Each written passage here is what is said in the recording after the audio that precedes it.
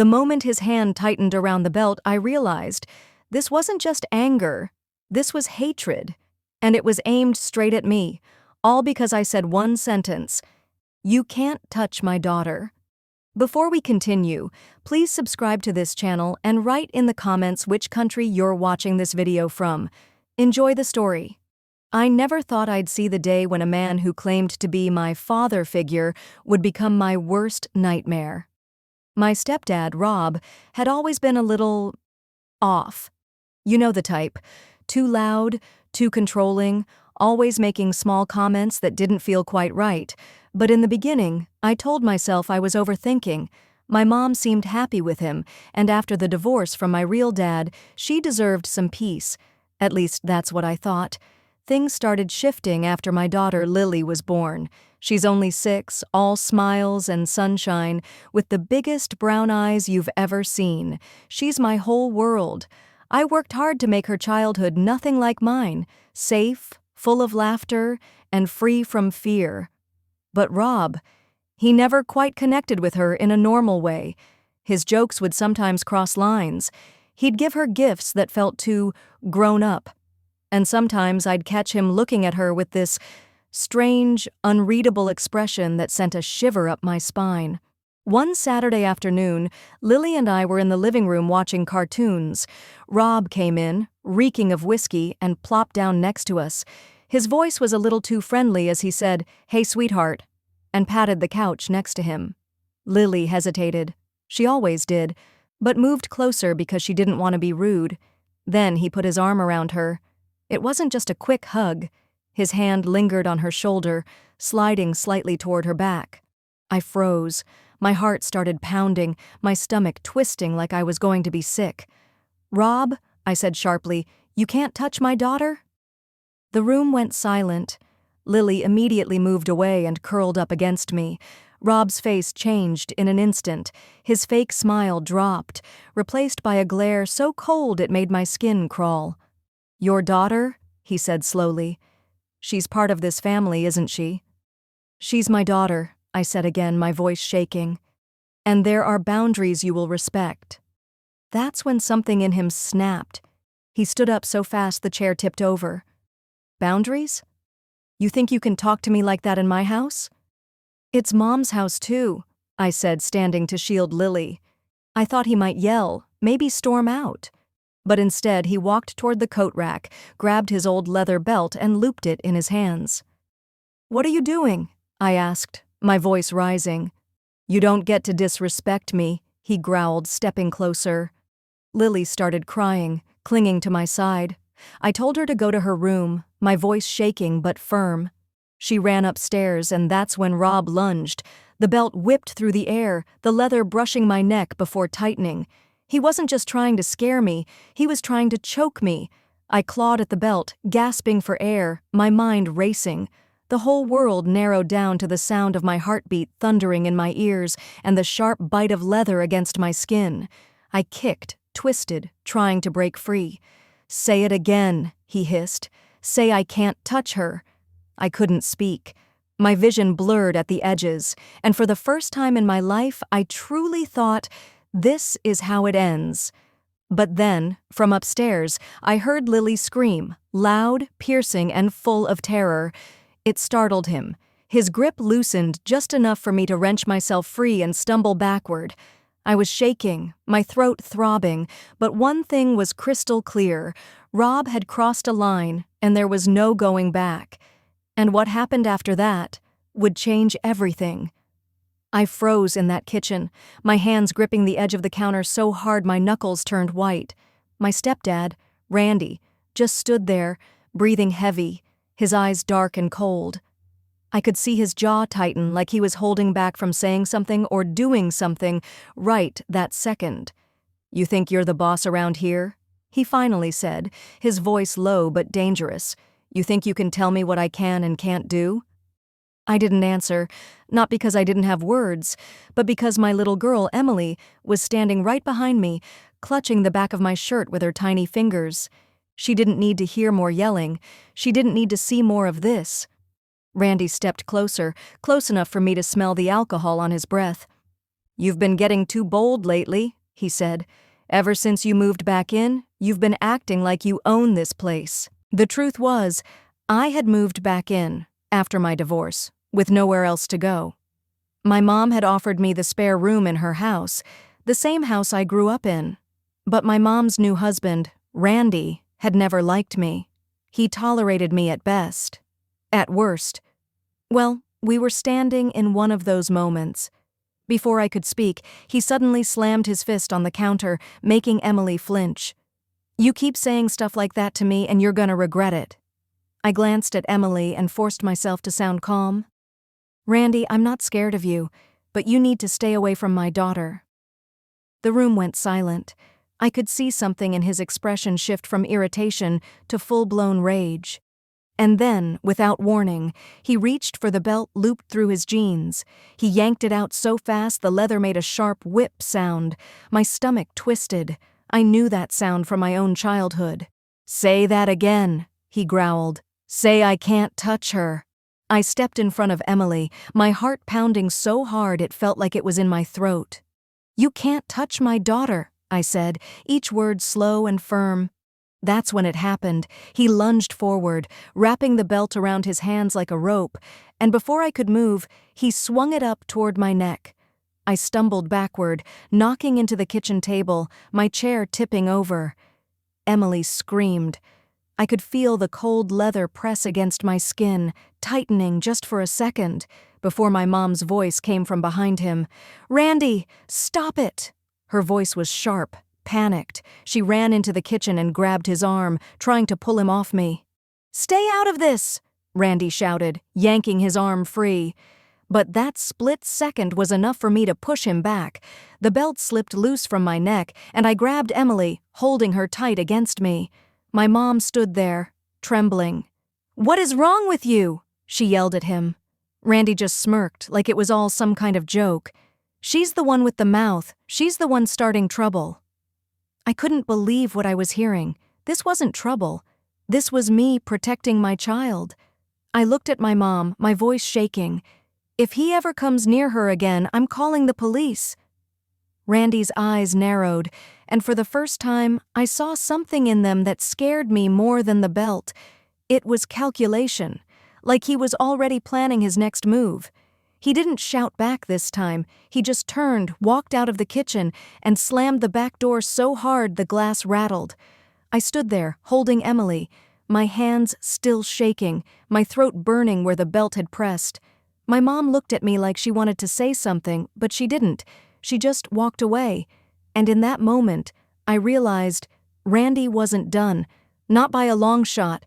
Whatever he was planning next, it was going to be worse, and I needed to be ready. I froze in place, my breath catching as the heavy silence filled the room. His eyes darted from me to my daughter, and for a moment I thought he might back off. But instead, he stepped closer, his jaw tightening like he was grinding his teeth. "Do you have any idea who you're talking to?" he hissed. "Yes," I said, my voice trembling but still firm. "And I also know what you were about to do." That was it. He lunged. I grabbed my daughter and shoved her behind me, but before I could take another step, his hand shot out. In one swift movement, he yanked his belt free from his jeans.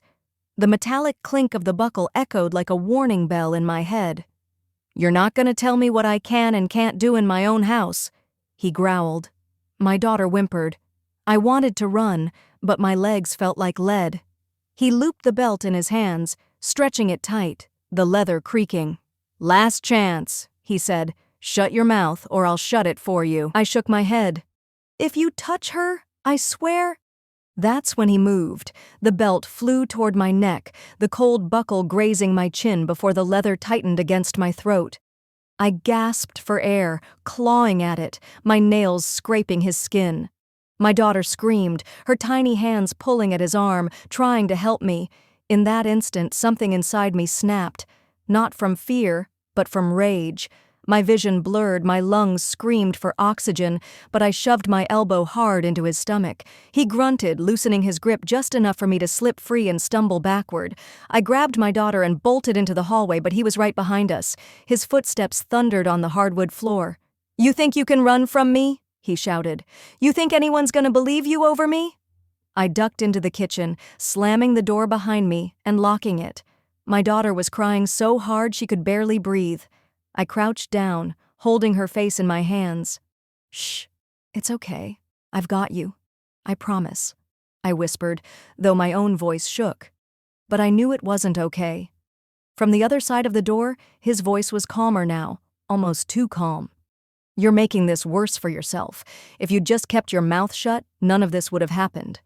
Then came the slow, deliberate rattle of the doorknob. I scanned the kitchen for anything I could use as a weapon. My eyes landed on the heavy cast-iron skillet hanging by the stove. I grabbed it, my hands slick with sweat. The rattling stopped. Silence. Then, bang! The door shuddered as he rammed into it. I tightened my grip on the skillet, my heart pounding. Another bang, then another.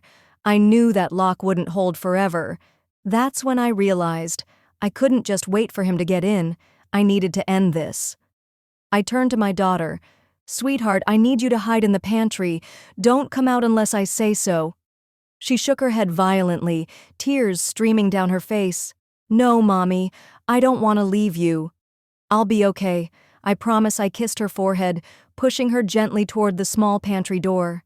She hesitated, then slipped inside, closing the door softly behind her. Another crash.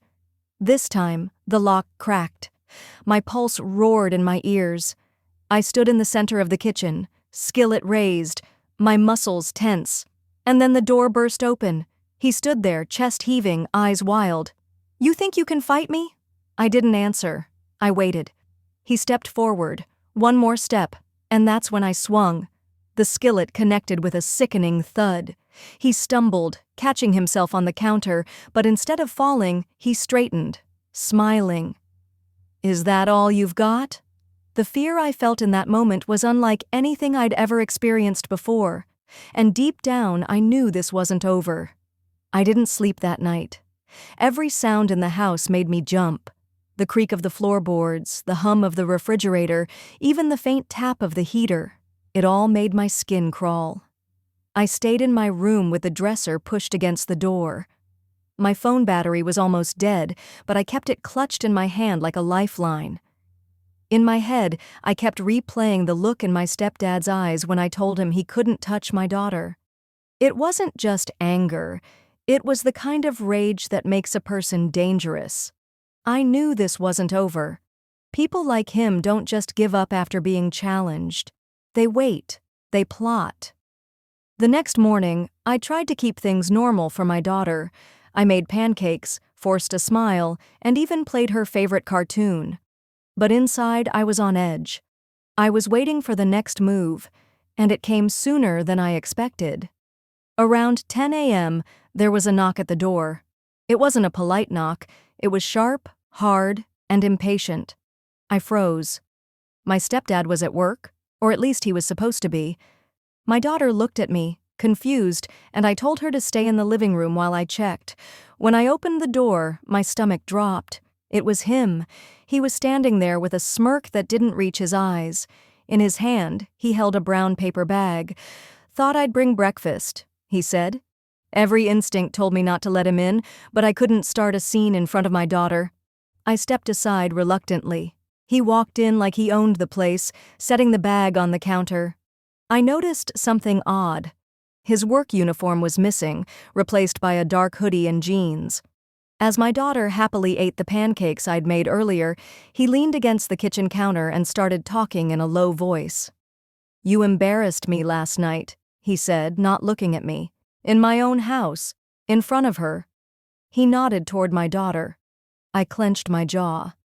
"You have no right to put your hands on her," I replied. My voice was steady, but my heart was pounding. He turned his head slowly, his smirk returning.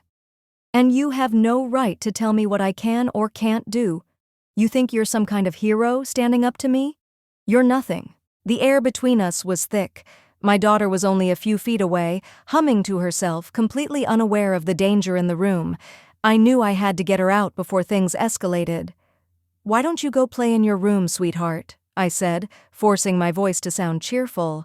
She nodded and skipped away. The moment she was gone, his smile vanished. He stepped closer, so close I could smell the cigarette smoke on his clothes. "You need to learn your place," he said, "and if you don't—" He let the words trail off, but the threat hung heavy. I glanced toward my phone on the counter, but he noticed. He moved in front of it, blocking my path. "No cops," he said. "You call them, and I promise you'll regret it." For a moment, I considered backing down just to keep my daughter safe. But then I remembered the fear in her eyes last night, the way she had clung to me. I couldn't let this man think he could scare us into submission. I met his gaze. "You're the one who's going to regret this," I said quietly. Something in my tone must have rattled him, because he hesitated. It was only for a second, but it was enough for me to grab my phone and step back. His expression hardened, and he took a step toward me, but before he could close the gap, there was another knock at the door. A heavy, loud knock. He froze, looking toward the door. I swallowed hard, not knowing if it was someone who could help, or someone who would make things even worse. And that's when I realized this was no coincidence. Someone else was involved. The question was, were they here for me or for him? The paramedics rushed to the scene within minutes, their flashing lights casting eerie shadows across the living room. My mom stood frozen in the corner, clutching her chest, her face pale with shock. I was sitting on the couch, clutching my bruised neck, trembling but refusing to look away from where my stepdad was pinned on the ground by 2 police officers. They read him his rights as he cursed under his breath, his eyes darting toward me with a look that sent a fresh wave of fear crawling up my spine. I didn't move. I didn't blink. This was the man who had tried to break me, physically and emotionally, and now he was the one being dragged out of our home. As they took him away, Mom rushed over, tears streaming down her face. She kept saying, I'm so sorry, over and over again. I wanted to forgive her right then, but my voice wouldn't come out. My throat ached, my body hurt, and my mind was spinning. The officers stayed behind for a while, asking questions and taking photos of my injuries. One of them, a woman with kind eyes, knelt beside me and said, You did the right thing speaking up. What you went through is not your fault. Those words stuck with me. That night we didn't sleep. My mom and I sat at the kitchen table with the lights on, sipping tea we didn't touch. She admitted she'd ignored the warning signs, that she'd wanted so badly to believe in her marriage that she'd turned a blind eye to the way he looked at me, the way his temper flared over the smallest things. I told her everything, the subtle touches, the lingering stares, the times he'd tried to corner me when she wasn't home. Her hands shook as she listened, and by the time I finished, she was crying harder than before. The days that followed were a blur of court dates, restraining orders, and moving boxes. We decided to leave that house and never look back. Every room there carried memories I wanted to erase. The trial took months. My stepdad tried to paint me as a liar, claiming I had made it all up to ruin his life. But the evidence, the bruises on my neck, the 911 call, the testimony from neighbors who had heard me screaming, spoke louder than any lie he told. When the judge sentenced him to prison for assault and attempted abuse, I finally felt like I could breathe again. It wasn't just justice, it was a reminder that my voice mattered. Life after him wasn't easy. Trust didn't come naturally anymore. Loud voices made me flinch, sudden movements made my heart race. But over time, with therapy and my mom's unwavering support, the fear started to loosen its grip.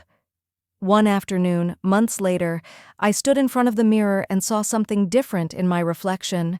Not the scared, fragile girl who had been afraid to speak, but someone stronger, someone who had survived.